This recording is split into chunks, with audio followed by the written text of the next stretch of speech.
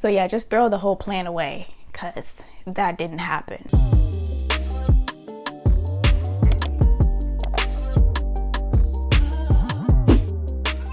What's up guys, it's Jasmine and the fro is out today. She's blocking the sign, but it's okay. I just turned 25 a couple weeks ago. 25. And last year I did 23 things I learned before 24. And this time I'm doing 25 things I thought I would have by 25. And I have everything broken into 5 sections. So feel free to jump around. I recommend you watch the entire thing because it might be a little humorous for you. It might make you feel better about your own life. So yeah, first things first, let's just get this subject out the way, okay? Relationships. The first thing I thought I would have by 25, but I don't, is a boyfriend. You know what I think the problem is? I think niggas don't know I'm single. Hello! Hello out there! Does anybody want a wife? I'm single! I ain't got no kids! I could cook, kinda. You know what? Niggas ain't out today. I'm gonna try again tomorrow. Everyone seems to find their person in college, or at least that's the idea I grew up on, and apparently half of my friends grew up on, because all of them found theirs in college. Not I. And you know how they say, like, oh well, if sometimes when things don't go right, you have to look inwardly to see where things went wrong within yourself. And I've done that. I have a video talking about that on my channel where I learned 3 big lessons, went on a whole self-love journey, blah blah blah. But another thing that I didn't take into consideration that I feel like is a big factor in why things have gone the way they have gone is all the men that I have been hurt by, their names start with a J. Ew! See, that was negligence on my part. I should have chosen better, okay? J's are just off limits. I don't know what it is, but it just never goes right. So that's my bad. I'll take responsibility for that. By the way, a lot of these things are in fact in a letter that I wrote to myself in 8th grade for when I turned 25. I have a video where I actually read that letter to you guys, so it'll be in the description if you're interested. Second thing I thought I would have, I thought I would have a husband. Shout the season. It's not that funny. But yeah, you know how, I don't know if it was just me. I'm pretty sure it wasn't just me, but in high school, I had kind of like this life order planned out where I was like, yeah, I'll have a degree by 22, and because I'm gonna meet my boyfriend in college, we're gonna get married by 25, and then we'll start having kids around 27, 28, because I don't want to be an old mom. Yeah, none of that has happened, except for maybe getting the degree, but I wasn't even 22 when I got my degree. I was 23. So yeah, just throw the whole plan away, because that didn't happen. My next category is education. One thing that I find really strange is basing your entire future, your career, how you're gonna make money, all that jazz on one degree. Like, this degree is how I'm gonna get a job and feed myself and become an adult. So needless to say, I changed my major and my school choice a lot. For example, I thought I was going to have an English degree from NYU, a dance minor from NYU, and then it was an English degree from UNLV, and then an English degree from UTA, all of which did not happen. I did go to UTA and UNLV. UNLV, I was an English major, transferred to UTA. I was an English major for a year. And then I was like, you know what? I don't want to do this. Then I changed my major to exercise science, which is actually what I graduated with. And then once I graduated, I thought I was going to get a master's in business administration. Let me tell you, I lasted a month and I was like, hell no. It was so boring and I just wasn't happy. I was on this route to becoming a physical therapist and I just realized I was just doing it because I told people I was going to do it, but I didn't really want to commit to it. So I finally dropped the act and I found something that I actually cared about, which is the master's program that I'm currently in. And I have a whole playlist about that on my channel, that journey, that process, etc. I tell you all of this to say, if you are in college, an undergraduate or master's, PhD, whatever you're in, it is okay to change your mind, okay? It is not the end of the world if you don't graduate in the record 4 years that they convince all of us is the necessary time to graduate. Or if you don't even want to be in college and you found a different way to feel fulfilled and support yourself, then go for it. Also, if you hear my stomach growling, I'm sorry. She acts like I don't feed her. My third topic is accomplishments and assets. This is probably my biggest section. So let's just get into this mess that I thought I was gonna have, but don't, for obvious reasons. The first thing I thought I was gonna have was a Mustang, specifically a GT Shelby. See, at one point in time, this was my favorite car, and I knew exactly what I want. I wanted a black Mustang GT Shelby. Didn't know what the heck that meant, but I knew GT Shelby. I still don't know what that means, honestly. But I was gonna have a red interior. It was gonna be nice, okay? It was gonna be cute, a moment. And then at some point I realized, what do I need what do I need it for? Am I gonna speed to class and speed home? Like, I ain't going nowhere. I mean, I know some people just have it because they have it, but like, I don't. Jasmine, you're gonna take this Nissan and you're gonna be happy. The next thing that I wrote, and this is also on the letter that I wrote, oh yeah, the Mustang and this next one are things that I wrote in that letter to myself in 8th grade.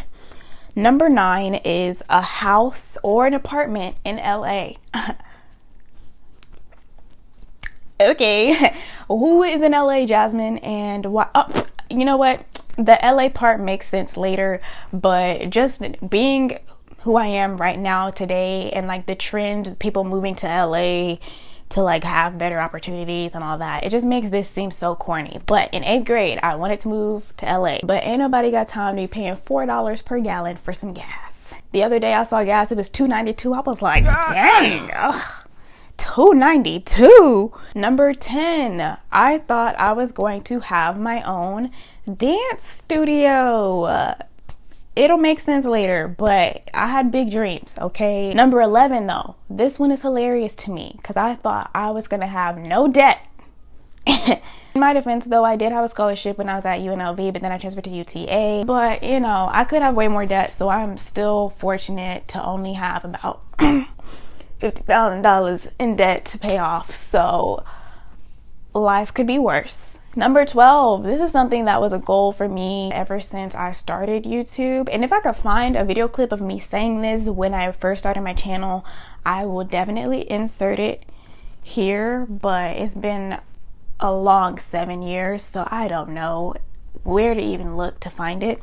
The point is, I thought I would have 100,000 subscribers. This was like my ultimate goal in life when it came to my YouTube channel. It was, I want to have 100,000 subscribers and I want to use YouTube to pay off my student loans. You know, I'm a firm believer in like God's timing, or if it's meant for you, it'll be meant for you.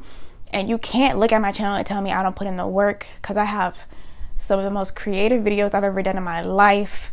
When you look through my channel, you can see that there's never been a time where I was like inconsistent as far as like going months without posting.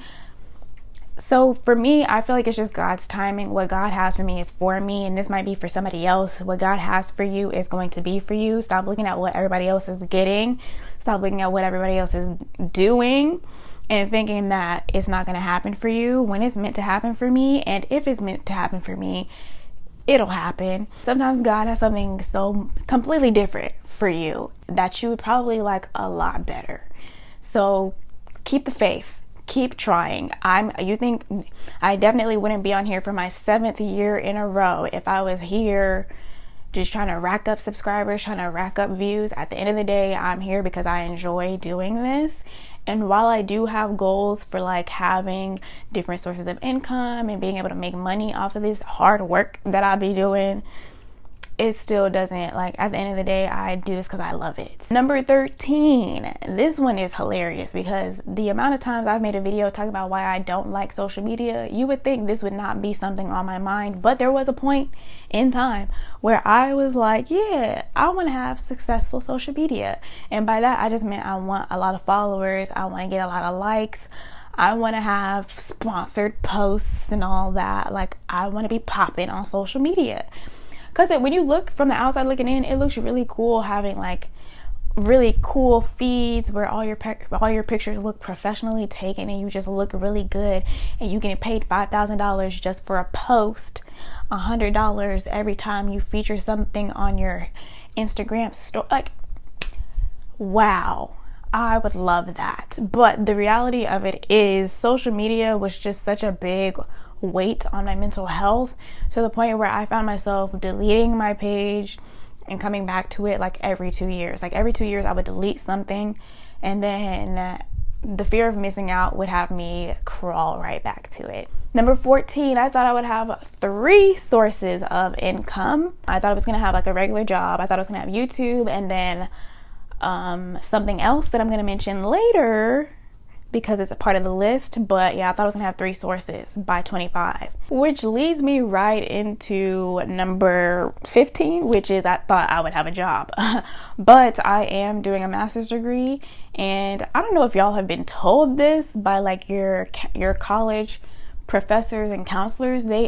All of the ones that I've ever like had recommend that you do not work when you are taking like full loads of classes, because it's not easy to balance school and a work life, which is why I have so much respect for people who do it because they have to, they don't have a choice. But if you have the option to work or not, a lot of counselors recommend that you just use your time for school because it is work. Trust me. I don't know where I'd be mentally if I had to deal with a job and school. So hats off to all of you who do it, because y'all are superhuman. Number 16, this is what was a part of my 3 sources of income. I thought I was gonna have a published novel. Now the novel has been written. I'm just in the process of editing, and then I'll do all the other stuff and then eventually have it published. I don't know what the timeline is anymore, and I'm not gonna keep putting timelines on myself, because the simple fact that I even wrote a novel is amazing in and of itself. And of course, like I mentioned, I'm in school, so the time, okay? When I have the time, things will get done, and that's just what I tell myself. Number 17, I don't know what I was smoking in 8th grade. I wasn't smoking in 8th grade, but I don't know what I was doing or where I was, like where my mind was. 17 and 18, I thought I was gonna have a singing career and a choreography career. Choreography, I can understand, because I do enjoy dancing, especially when it comes to dance challenges. With a designer belt. Please watch your step, cause I'm feeling myself. I'm the real party man. Watch me do my dance. Watch me. I'm a whip then down. All this on me so yummy. All this sauce so yummy. No, you want this yummy. Yummy all in your tummy. But when it comes to singing, look, I can hold a note, but I can't sing. You know what I mean? I was not blessed with that talent, so it is what it is. The last and probably most profound section is my self-image, my health, and I guess my sense of identity, which I feel like are things that everyone goes through, especially in their 20s. But by 25, I thought I would have big boobs. I'm gonna just call it like it is. Big boobs? What? Child. Anyway, so number 21, I thought I was gonna have long hair. And it's not that my hair doesn't grow, because I mean my hair is growing, but it's just the fact that I keep cutting all my hair off. So I keep delaying the process. I cut my hair off like the big chop in 2015, and then I messed my hair up and had to cut it again in 2016, and then by 2019 I was over it and I shaved my head. So this is what we have from like 2 years of growth. I also cut my hair at the end of 2020, but it wasn't as dramatic as 2019. As you can see, I keep getting in the way of that, but we're on our way there. We're working on it, but we're not there yet. I think I can pull it to my collarbone. So we're getting there. We're getting there. Number 22, number 23, these are things that I have been saying for the past few years, and it's kind of just, I'm the problem. I'm the problem. I can admit it. Okay. I thought I was going to have a workout habit and a cooking habit. Now, something I want to stress is that there's a difference between a routine and a habit. A routine is an order of steps on how you do something. A habit is having a habit of performing that routine. So I have a skincare routine, you know what I mean? But I don't have a habit of doing that skincare routine, if that makes sense. So I do have a workout routine. I do have a cooking routine for like one meal, but I don't have a habit of doing those things. And that's something I really want to do, is like build a habit of doing those things. But when you have so much that you want to work on for yourself and you know the person you want to be, it gets kind of overwhelming. You don't really know where to start. So it feels like you're trying to take on too many things at once. And that's been something I've been struggling with, is trying to fix everything about myself that I want to change at one time. And that's just not fair to myself. And it's not fair to you. If you're dealing with the same thing, take it one thing at a time. Whether it be, I want to build a habit of making up my bed. That's something I started doing in the past 2 years. So now I got to figure out something else that I want to get in the habit of doing and start from there. And then slowly, once you start building up habits, just keep adding after you master one. And I should take my own advice because I'm still struggling with these two things. Number 24 and number 25 kind of go hand in hand. I thought I was going to have confidence in my purpose and confidence in my identity. So when it comes to having a purpose, I feel like we make this such a big deal because we want to know, like, what am I supposed to be doing? You want to have a definite answer of like, yeah, this is what I need to do. This is what I need to put my time into, and just do it. And like, life is so much easier now that I know what I'm supposed to be doing. That doesn't happen. And I also feel like the idea of like having a purpose is a little too general. Your purpose might change based on the period of your life that you're in. It might change based on where you are.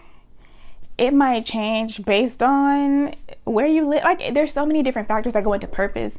I also feel like there's like this weird pressure to find your purpose. There's some people though who argue that your purpose finds you, and I like that, because sometimes it's not that you stumbled on your purpose one day, like, oh, I found it in the mailbox. It could be as simple as somebody talking to you, giving you encouragement and an idea, and you're like, wow, that's exactly what that sounds actually really cool. I should do that.